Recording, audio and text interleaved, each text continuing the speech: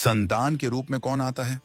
पूर्व जन्म के कर्मों से ही हमें इस जन्म में माता पिता, भाई बहन, पति पत्नी, प्रेमिका, मित्र शत्रु, सगे संबंधी इत्यादि संसार के जितने भी रिश्ते नाते हैं सब मिलते हैं, क्योंकि इन सब को हमें या तो कुछ देना होता है या इनसे कुछ लेना होता है। वैसे ही संतान के रूप में हमारा कोई पूर्व जन्म का संबंधी ही आकर जन्म लेता है, जिसे शास्त्रों में 4 प्रकार का बताया गया है। 1. अणानुबंध पुत्र। पूर्व जन्म का कोई ऐसा जीव जिससे आपने ऋण लिया हो या उसका किसी भी प्रकार से धन नष्ट किया हो, वह आपके घर में संतान बनकर जन्म लेगा।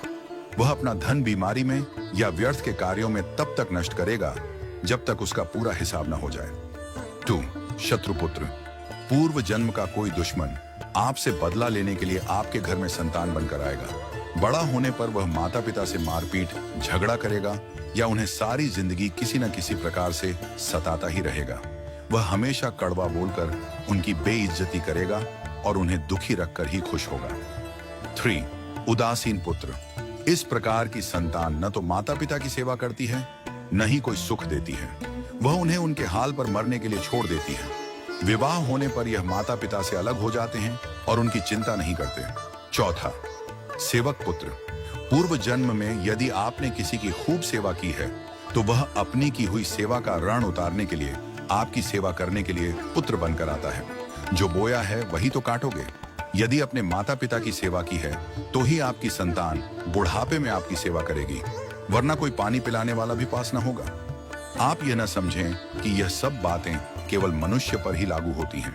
इन 4 प्रकार में कोई भी जीव आ सकता है। यदि आपने किसी गाय की निस्वार्थ भाव से सेवा की है तो वह भी पुत्र या पुत्री बनकर आ सकती है।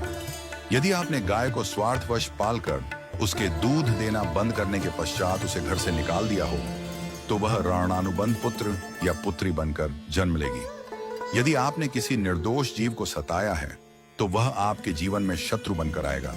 इसलिए जीवन में कभी किसी का बुरा न करें, क्योंकि प्रकृति का नियम है कि आप जो भी करोगे उसे वह आपको इस जन्म में या अगले जन्म में 100 गुना वापस करके देगी।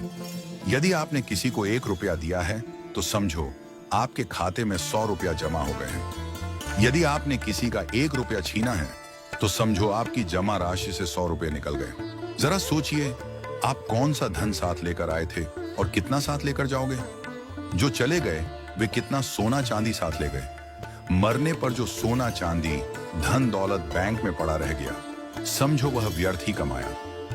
औलाद अगर अच्छी और लायक है तो उसके लिए कुछ भी छोड़कर जाने की जरूरत नहीं है, वह खुद ही कमा लेगी।